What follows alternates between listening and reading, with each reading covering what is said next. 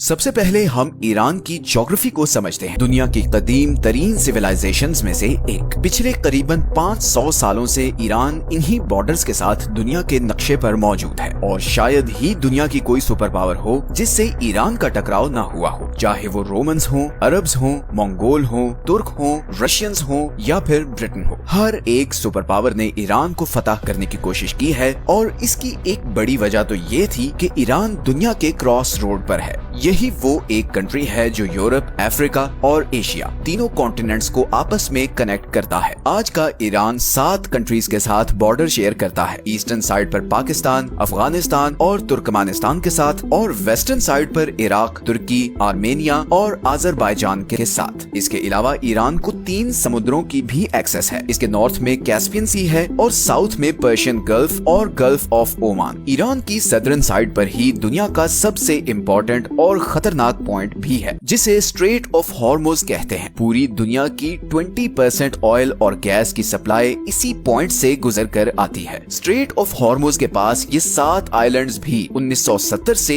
Iran के control में है। हालांकि इससे पहले इन पर यूएई का कंट्रोल था। इसी तरह इधर कैस्पियन सी में भी ये आशूरा डे आइलैंड ईरान के कंट्रोल में है। पिछले 40 सालों से ईरान वेस्टर्न वर्ल्ड के लिए एक सरदर्द बना हुआ है। लेकिन आखिर ऐसी क्या वजह है कि इतनी पावरफुल आर्मीज और इकोनॉमीज होने के बावजूद अभी तक कोई भी वेस्टर्न कंट्री ईरान पर अटैक करके उस पर कब्जा नहीं कर सकी। सब कंट्रीज जानते हैं कि ईरान पर डायरेक्ट अटैक करना बहुत ज्यादा बैकफायर कर सकता है। ईरान को अनकॉन्करेबल बनाने में बहुत सी और रीजंस के साथ साथ उसकी ज्योग्राफी का भी बहुत बड़ा रोल है। ईरान की सदर्न और वेस्टर्न साइड पर ज़ैग्रोस माउंटेन रेंज है। ईरान की कोस्ट लाइन से लेकर इराक और ऊपर तुर्की तक फैली हुई ये माउंटेन रेंज ईरान को एक जबरदस्त नेचुरल प्रोटेक्शन देती है। ये सारा एरिया बहुत ही पथरीला है और इसे क्रॉस करना बहुत ज्यादा मुश्किल है। इन पहाड़ों का ईरान को इतना फायदा है कि 1980 में जब इराक ने ईरान पर अटैक किया तो उसका प्लान ये था कि एक तो वो यहाँ खुजिस्तान के ऑयल रिच सूबे पर कब्जा कर ले और फिर यहाँ से आगे ईरान के बाकी शहरों पर भी कब्जा करके ईरानियन रेवोल्यूशन को कुचल दे, क्योंकि सब अरब कंट्रीज डरे हुए थे कि ईरानियन रेवोल्यूशन के असरात बाकी अरब तक ना फैल जाएं। मगर इराकी आर्मीज 2 सालों में सिर्फ इधर खुजिस्तान तक ही पहुंच सकी। उन्होंने बहुत कोशिश की कि वो ज़ैग्रोस के पहाड़ों को क्रॉस करके ईरान पर कब्जा कर सके, मगर उन्हें कामयाबी नहीं मिली और फिर इवेंचुअली ईरान इराकी फोर्सेस को पीछे धकेलता हुआ इराक के अंदर तक घुस गया। मगर यहाँ पर ईरान को भी ये मसला आया कि जहाँ इराकी आर्मी को आसानी से उसके शहरों से सप्लाई मिल रही थी, वहीं ईरानी आर्मी को सप्लाई पहुँचाना बहुत मुश्किल हो गया, क्योंकि ईरान के सारे बड़े डिपो और शहर ज़ैग्रोस माउंटेन रेंज के दूसरी तरफ थे। यही वजह है कि 8 साल बाद ये वॉर बगैर किसी नतीजे के खत्म हो गई और दोनों कंट्रीज के बॉर्डर में 1 इंच भी चेंज नहीं आया। इसी तरह ईरान के नॉर्दर्न साइड पर कैस्पियन सी के साथ अल्बोर्ज माउंटेन रेंज है जो इसे नॉर्दर्न साइड से प्रोटेक्शन देती है और ये पहाड़ सिर्फ ईरान को नेचुरल प्रोटेक्शन ही नहीं बल्कि बहुत से रिसोर्सेज भी देते हैं। ये दोनों mountain ranges uranium, silver, gold और जिंक से माला माल है। ईरान के पास दुनिया के सबसे बड़े जिंक के रिजर्व्स हैं। इसी तरह 20th सेंचुरी ने ईरान की इस ज्योग्राफी को 4 चांद लगाए जब यहाँ पर्शियन गल्फ के पास ऑयल और गैस के बहुत बड़े रिजर्व्स डिस्कवर हुए। आज की डेट में पूरी दुनिया के 10% ऑयल और 15% नेचुरल गैस के रिजर्व्स ईरान के पास हैं। ईरान को एक और चीज जो प्रोटेक्शन देती है वो 2500 किलोमीटर लंबी ये कोस्ट लाइन है जो 2 समुद्रों के बीच डिवाइडेड है। बंदर अब्बास ईरान का सबसे बड़ा सी पोर्ट दुनिया के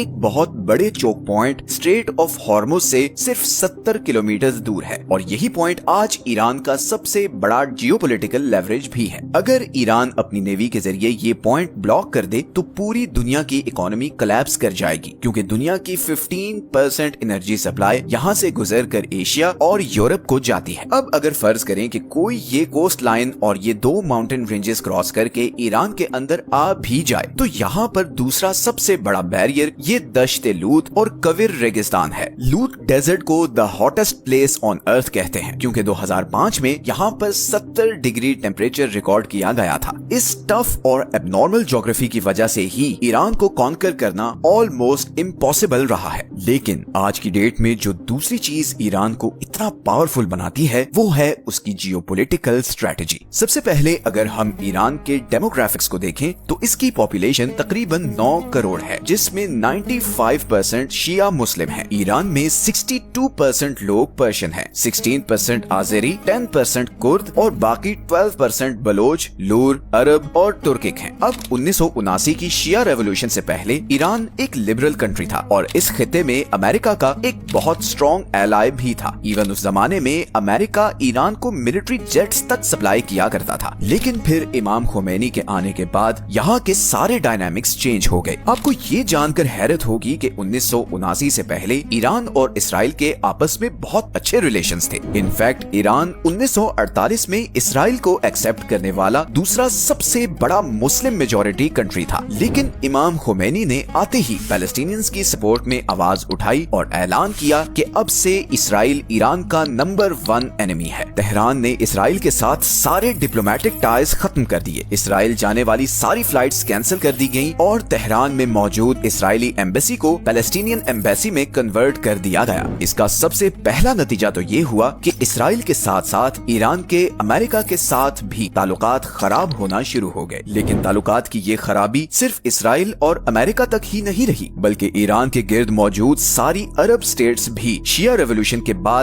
अलर्ट हो चुकी थी। वो सब इस बात से खौफजदा थे कि कहीं ईरान की आइडियोलॉजी इधर अरब स्टेट्स तक ना पहुंच जाए और इसके नतीजे में उनकी किंगडम्स को अच्छा खासा नुकसान पहुंच सकता है। बिकॉज इन सब अरब स्टेट्स में बादशाहत थी। 1980 में इन्हीं सब अरब स्टेट्स ने मिलकर सद्दाम हुसैन को ईरान पर अटैक करने के लिए बैक किया था। यहीं पर ईरान को भी समझ आ गई कि अगर उसने सरवाइव करना है तो उसे अपनी आइडियोलॉजी को बाहर दूसरे कंट्रीज तक पहुंचाना होगा, क्योंकि उसके और उसके सबसे बड़े दुश्मन इसराइल के बीच ये सारे अरब कंट्रीज हैं जो उसके सख्त खिलाफ हैं। इसीलिए उसे कुछ ऐसा करना होगा कि इसराइल से दूर होने के बावजूद वो उसको थ्रेट कर सके। और यहीं पर ईरान ने ऐसे सारे ग्रुप्स को सपोर्ट करना शुरू किया जो एंटी इसराइल या एंटी ज़ायनिस्ट्स थे, जैसे कि पैलेस्टाइन में हमास, लेबनान में हिजबुल्लाह, सीरिया में फातिमियून ब्रिगेड, इराक में अल बदर और यमन में हौसी। इस सारे नेटवर्क को द एक्सिस ऑफ रेजिस्टेंस कहा जाता है और इसी नेटवर्क के जरिए ईरान इसराइल और इवन अरब कंट्रीज पर भी प्रेशर रखता है कि वो ईरान के खिलाफ कोई भी कदम उठाने से पहले 1000 बार सोचें। इसीलिए जब इसराइल ने गजा पर बम्बार्डमेंट शुरू की तो इधर लेबनान से हिजबुल्लाह ने इसराइल पर मिसाइल फायर किए और यहाँ यमनी हौसियों ने रेड सी से गुजरने वाले इसराइली और अमेरिकन शिप्स को ड्रोन से टारगेट करना शुरू कर दिया। ईरान की इसी प्रॉक्सी वॉरफेयर स्ट्रेटजी ने उसे काफी डेंजरस बना दिया है। अब वॉरफेयर स्ट्रेटजी की बात हो ही रही है तो ईरान की ड्रोन टेक्नोलॉजी का जिक्र करना बहुत जरूरी है। जनवरी 2024 में जब हौसियों की तरफ से यहाँ से गुजरने वाले कंटेनर्स पर लगातार ड्रोन अटैक्स किए जा रहे थे, तब फ्रांस ने यमन के शाहिद ड्रोन को गिराने के लिए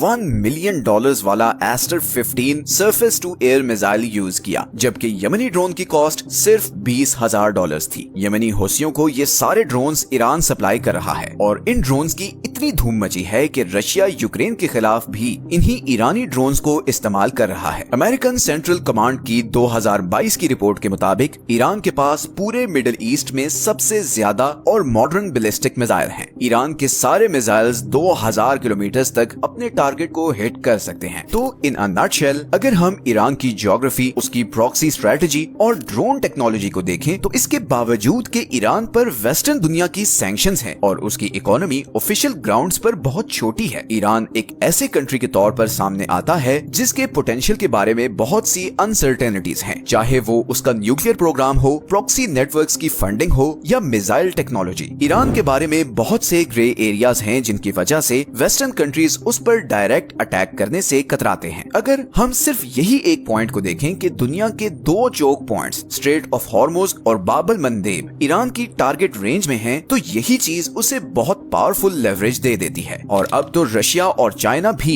अनऑफिशियली ईरान को बैक कर रहे हैं। अभी हाल ही में जब हमास के लीडर इस्माइल हुनिये को ईरान में असैसिनेट किया गया तो बहुत सी ऐसी अनकन्फर्म रिपोर्ट्स भी सामने आई कि रशियन इंटेलिजेंस और मिलिट्री जनरल्स ईरानी ऑफिशियल से मिले हैं और उन्हें यकीन दिलाया है कि अगर वो इसराइल के खिलाफ रिटेलिएट करते हैं तो वो ईरान का भरपूर साथ देंगे। फिलहाल तो इस्माइल हुनिये के कत्ल के बाद ईरान की इंटरनल सिक्योरिटी पर बहुत से सवाल सवालात उठ रहे हैं और बज़ाहिर ऐसा लग रहा है जैसे इंटरनली कुछ गड़बड़ भी है। ईरान इस पर कब और कैसे रिटेलिएट करेगा और क्या ईरान इसराइल और अमेरिका का जवाबी वार सहने की सलाहियत रखता है, ये तो आने वाला वक्त ही बताएगा।